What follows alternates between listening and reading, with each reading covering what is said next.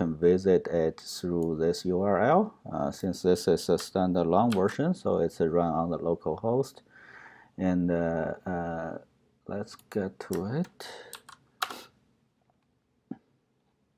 So the first time you log in, and we have some pre-configured credential. It's called admin and test.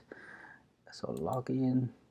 The entry point when you logged in is a page we call the project management, and it's listed some 3 pre-populated projects.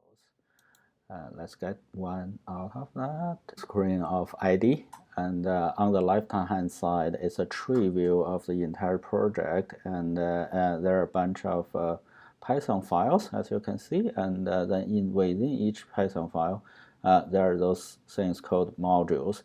The modules also show on this dependency graph. The way to read it is from the left-hand side, data flow to the right-hand side. And the yellow ones here are the input modules, and each one after them are the process modules. Each module is a piece of Python code which generates a single piece of output which can be consumed by downstream modules. Let's edit one of them. Let's say there's a fact transaction table, and when you left click on here, you can get the code here. You can see the code here is pretty standard PySpark code, which start from the input. The thing is depend on this. Start from the input, and the input name.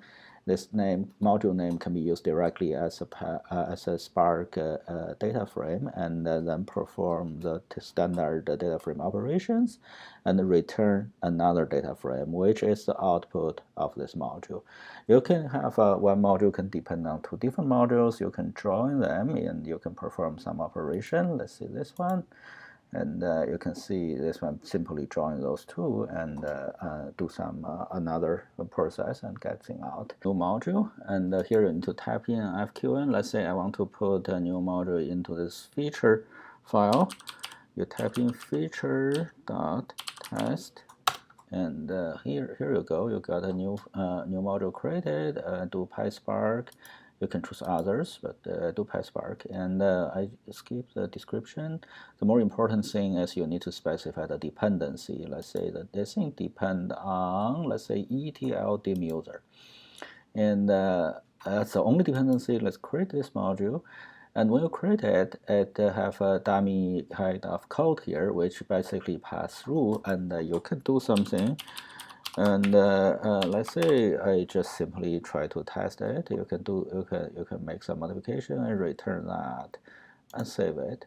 After you save it, you can run it. When you run it, it actually shows sample of this output, or you can also run it within the notebook. So when the module is running, you have the colorful bar moving here, which basically showing that the Spark is working hard to do that. And when it's finished running, it shows the sample output here. The sample output is just have the most have 10 rows here. It's just give people a very brief knowledge of what output. And to really analyze the piece of data, you can do it within the notebook. Get back to the code, here it is. And after you test something, and you say, okay, I don't really need this module, and I can simply trash it, delete the module, and here we go. I have created a module and delete.